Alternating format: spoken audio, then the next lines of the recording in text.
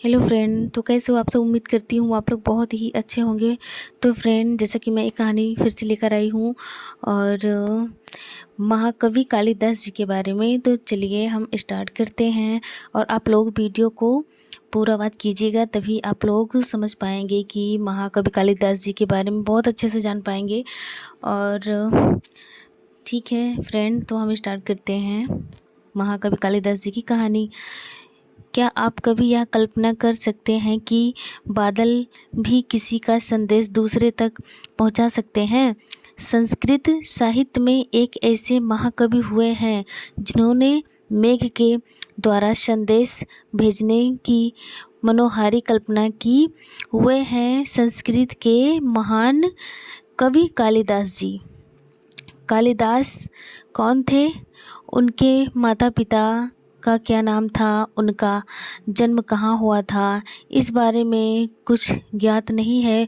उन्होंने अपने जीवन के विषय में कहीं कुछ नहीं लिखा है, अतः उनके बारे में जो कुछ भी कहा जाता है वह अनुमान पर आधारित है। कहा जाता है कि पत्नी विद्योत्तमा की प्रेरणा से उन्होंने माँ काली देवी की उपासना की, जिससे फलस्वरूप उन्हें कविता करने की शक्ति प्राप्त हुई और वह कालिदास कहलाए। कविता करने की शक्ति प्राप्त हो जाने के बाद जब वे घर लौटे तब अपनी पत्नी से कहा, अनावृतम कपाटम द्वारम देहि, अर्थात दरवाज़ा खोलो। पत्नी ने कहा, अस्ति कश्चिद् वागीविशेषः, वाणी में कुछ विशेषता है। कालिदास ने यह 3 शब्द लेकर 3 काव्य ग्रंथों की रचना की। अस्ति से कुमार संभव के प्रथम श्लोक, कश्चित् से मेघदूत के प्रथम श्लोक और वाक से रघुवंश के प्रथम श्लोक की रचना की। महाकवि कालिदास ईस्वी पूर्व प्रथम शताब्दी में चंद्रगुप्त विक्रमादित्य के राजकवि थे। ये शिव भक्त थे। इनके ग्रंथों के मंगल श्लोकों से इस बात की पुष्टि होती है। मेघदूत और रघुवंश के वर्णनों से ज्ञात होता है कि उन्होंने भारतवर्ष की विस्तृत यात्रा की थी। इसी कारण उनके भौगोलिक वर्णन सत्य, स्वाभाविक और मनोरम हुए। इनकी रचनाएं हैं महाकाव्य, नाटक, खंडकाव्य या गीत काव्य। रघुवंश, कुमार संभव, अभिज्ञान शाकुंतल, विक्रमोर्वशीय, मालविकाग्निमित्रम, ऋतुसंहार, मेघदूत, ये सारी रचनाएं हैं इनकी। महाकवि कालिदास के ग्रंथों के अध्ययन से यह ज्ञात होता है कि उन्होंने वेदों, उपनिषदों, दर्शनों, रामायण, महाभारत, गीता, पुराणों, शास्त्रीय संगीत, ज्योतिष, व्याकरण एवं छंद शास्त्र आदि का गहन अध्ययन किया था। महाकवि कालिदास अपनी रचनाओं के कारण संपूर्ण विश्व में प्रसिद्ध है। उनके कवि हृदय में भारतीय संस्कृति के प्रति लगाव था। अभिज्ञान शाकुंतलम में शकुंतला की विदा बेला पर महर्षि कर्णों द्वारा दिया गया उपदेश आज भी भारतीय समाज के लिए एक संदेश है। अपने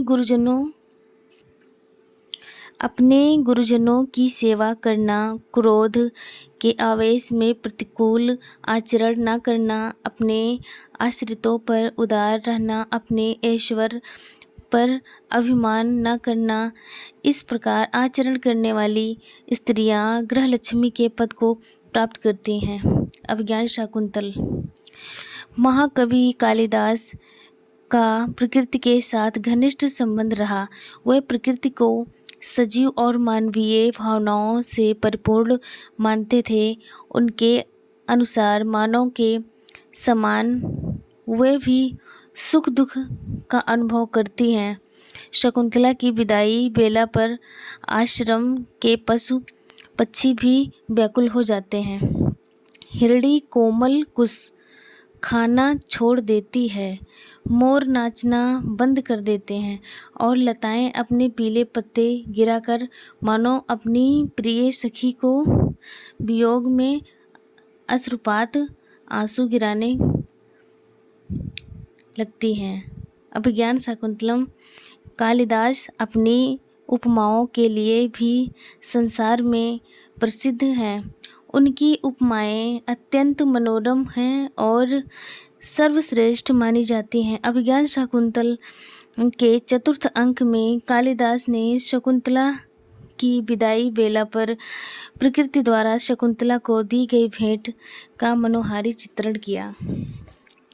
किसी वृक्ष ने चंद्रमा के तुल्य श्वेत मांगलिक रेशमी वस्त्र दिया, किसी ने पैरों को रंगने योग्य अलकतक आलता महावर प्रकट किया, अन्य वृक्षों ने कलाई तक उठे हुए सुंदर किसलयों कोपलों की प्रतिस्पर्धा करने वाले वन देवता के करतलों हथेलियों से आभूषण दिए। कालिदास अपने नाटक अभिज्ञान शाकुंतल के कारण भारत में ही नहीं विश्व में सर्वश्रेष्ठ नाटककार माने जाते हैं।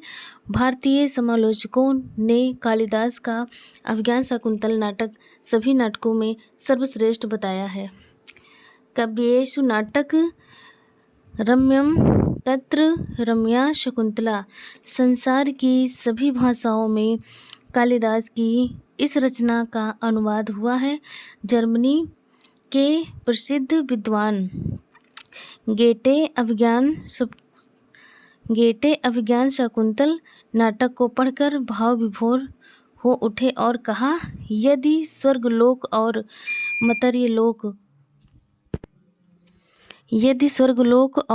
मर्त्यलोक को एक ही स्थान पर देखना हो तो मेरे मुंह से सहसा एक ही नाम निकल पड़ता है, शकुंतला। महाकवि कालिदास को भारत का शेक्सपियर कहा जाता है।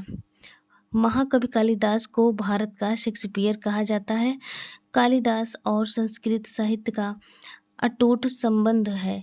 जिस प्रकार रामायण में महाभारत संस्कृत कवियों के आधार है, उसी प्रकार कालिदास के काव्य और नाटक आज भी कवियों के लिए अनुकरणीय बने हैं। तो फ्रेंड, जैसा कि ये थी हमारी आज की कहानी और फ्रेंड आप लोग सुना करिए और आप सबको बहुत ही ज़्यादा जानकारी मिलेगी। छोटे बच्चे भी आराम से सुन सकते हैं, उनको काफ़ी ज़्यादा जानकारी मिल सकती है और बहुत सारी जानकारी मिलती है हमारे वीडियो में। और आप लोग वीडियो को पूरा वॉच कीजिएगा और कमेंट में ज़रूर बताइएगा कि आप सबको हमारी कहानी कैसी लगी। और ठीक है फ्रेंड, आप लोग अपना ख्याल रखना। Bye bye.